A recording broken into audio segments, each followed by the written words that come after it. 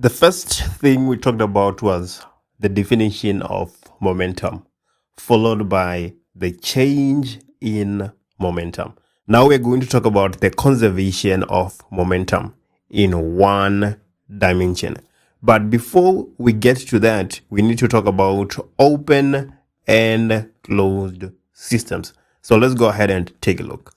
So in a closed system, the temperature, volume, and pressure are kept constant and are not affected by external forces from outside the system. External forces such as friction, right? And then in an open system, these values can change and probably do not remain constant for long, right? That's where we have friction and so forth. And here's a few examples we have. So you need to recall this open and closed systems. I've seen such questions in an exam situation. Okay, so an open system, it can interact with the external environment, while a closed system does not interact with the external environment.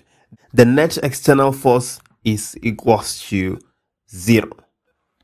Let's just touch on momentum once more. We've said that P is equals to M multiplied by V, where M is the mass and V is the velocity.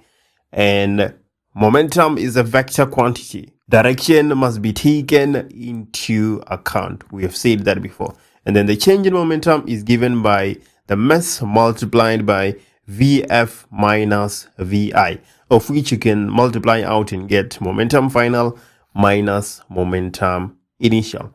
And then the impulse, right, is equals to the force multiplied by delta T. This is what you get when you cross multiply. F net is equals to delta T divided by delta P. So that is just a summary of the concepts we have covered. Right.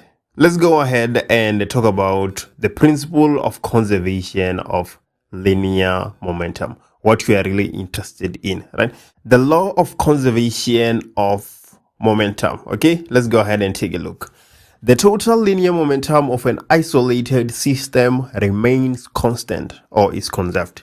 That is how we state the law of conservation of momentum. The total linear momentum of an isolated system remains constant or it is conserved, right?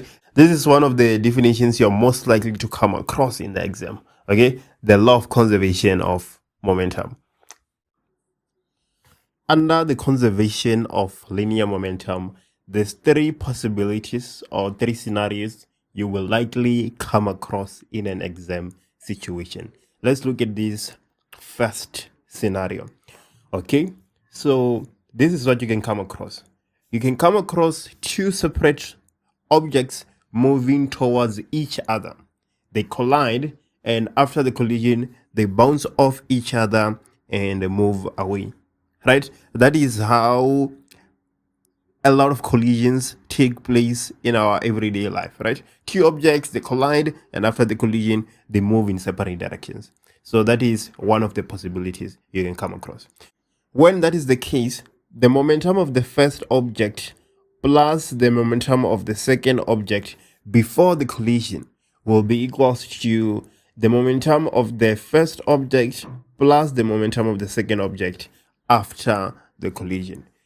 This is one of the scenarios you can expect in an exam situation.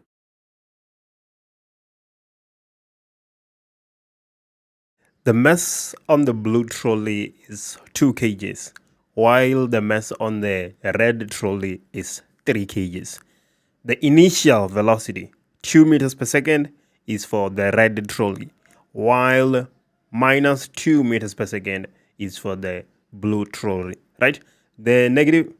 While minus 2 meters per second is for the blue trolley. The negative sign is just showing us the direction. The blue trolley will be moving to the left, while the red trolley is moving to the right. So what we are going to do, we are going to calculate the initial momentum of the 2 trolleys, right, and add them together. That will give us the sum of the momentum before the collision. And after they collide, we're going to calculate the sum of the momentum after the collision and see if indeed the conservation of linear momentum holds. Is momentum conserved in an isolated system?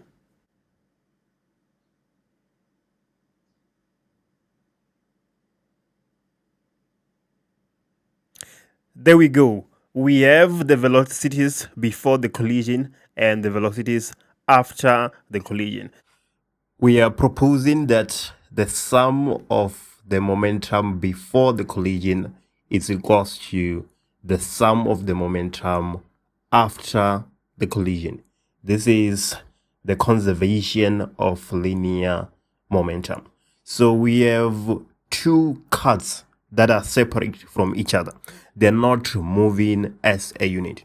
So the momentum of the two cuts before the collision, we will have m1 v1 plus m2 v2, right? M1 being the first cut and M2 being the second cut. This will be equals to M1 V1 after the collision plus M2 V2 after the collision. When we add all these up, the two sides must be equal to each other if indeed momentum is conserved. So let's go ahead and take a look. Before the collision, the first cut, or the red cut in our case, it has a mass of 3 kgs and the velocity of 2 meters per second. Well, the red cut is moving to the right and the blue cut is moving to the left. So we need to decide on a direction we're taking as positive. So I'm going to take right as positive, okay? So if I do that, for the red cut, the velocity is going to be positive. Plus M2, the blue cut. The mass is 2 kgs and the velocity is minus 2 because it is moving to the left and I'm taking direction to the right as positive. Whatever direction you take as positive, it's not going to affect your answer. We will get to the same answer regardless of what direction you take as positive. This is equals to, right, so after the collision, the red cut moves to the left with a velocity of minus 1.2 meters per second. So we're going to have 3 kgs being the mass and a velocity of minus 1.2 plus m2. The mass is 2 kgs. Now the velocity is no longer 2 meters per second, but 2.8 meters per second. And the direction has also changed, right? Initially it was to the left and now is to the right. So it has a positive sign, 2.8. So what is 3 multiplied by 2? That is 6. 2 multiplied by minus 2 is minus 4. This is equals to 3 multiplied by minus 1.2, which is minus 3.6. And then 2 multiplied by 2.8, that is plus 5.6. 6 minus 4 is 2, and minus 3.6 plus 5.6 is 2. As you can clearly see, the sum of the momentum before is equals to the sum of the momentum after the collision. And indeed, in the absence of external forces, momentum is conserved. And then the second case, our second possibility, we have two separate objects moving towards each other. They collide, and after the collision, they combine and move as one unit, right? We have such cases where two objects are colliding and they start moving as one unit, right? And then a good example, think of cars colliding and sticking together. This actually happens. Cars can collide in an accident and stick together, carry on to move as one unit. In this scenario, we're going to have the momentum of the first object plus the momentum of the second object being equals to, now because they are sticking together, right, the momentum after the collision will be m1 plus m2. This is because now we have one body, right? The mass of the first object plus the mass of the second object multiplied by the velocity at which they are moving. There's no way you're not going to come across this situation somewhere during the course of the year, if not in the final exam. And our third possibility, our final scenario, we have two objects that start as one connected system, and after an explosion they move apart and are now two separate objects, right? It's like the opposite of our second scenario. A good example of this is when you shoot a gun. You have the gun and the bullet inside. That is one body. And then when you shoot the gun, now you have two separate bodies, right? The bullet is going in one direction and the gun itself is going in the other direction usually. In a case like that, we're going to have M1 plus M2 initially, right? Because they're starting off as one body. And then after the explosion, we're gonna have M1 V1 plus M2 V2 because now they are separate bodies. Let's take a look at this scenario. We have two trolleys. At the start or before the explosion, here we don't actually have a collision, but we have an explosion. Okay, as you can see, between the two carts or the two trolleys, we have an explosive device in them.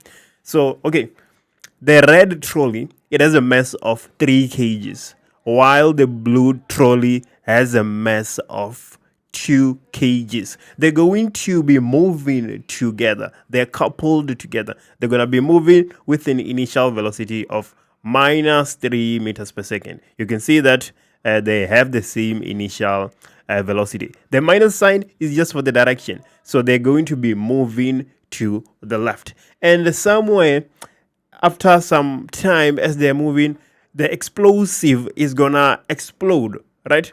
And then you expect the red trolley to move to the left and the blue trolley to start moving to the right because of the explosive in between. So in a situation like this, is momentum still conserved in the absence of external forces in an isolated system? Let's go ahead and find out. We want to test and see if momentum is conserved in the absence of external forces. So how do we do that? We calculate the sum of the momentum before a collision and see if it is equal to the sum of the momentum after the collision. In our previous case, we had a collision and now we have an explosion. Let's go ahead and see if the conservation of linear momentum is gonna hold. So before the explosion, we have our two cuts moving as one unit. So the sum of the momentum before the explosion will be M1 plus M2 multiplied by V. This is because they are moving as one unit, right? This is equals to, after the explosion, obviously, the cuts move as different bodies. So we're going to have M1 VF plus M2 VF. Okay, don't fixate on the subscripts I'm using. That is not really that important. You can use your own alternative subscripts as long as you can make sense of them. Okay, so let's go ahead and substitute. We know that the red cut has a mass of 3 kgs while the blue cut has a mass of 2 kgs. There we go. They are moving to the left with a velocity of 3 meters per second. So this is going to be minus 3 when we substitute. This is equals to M1. So let's go ahead and see the velocity of the red cut after the explosion. It moves to the left with a velocity of 6.3 meters per second. So we're going to have M1 being 3 kgs and VF for the red cut being minus 6.3 plus M2. M2, it has a mass of 2 kgs and it's moving to the right with a velocity of 2 meters per second. So that is going to be plus 2 for the velocity. So we have 3 plus 2, which is 5, multiplied by minus 3. That will give us minus 15.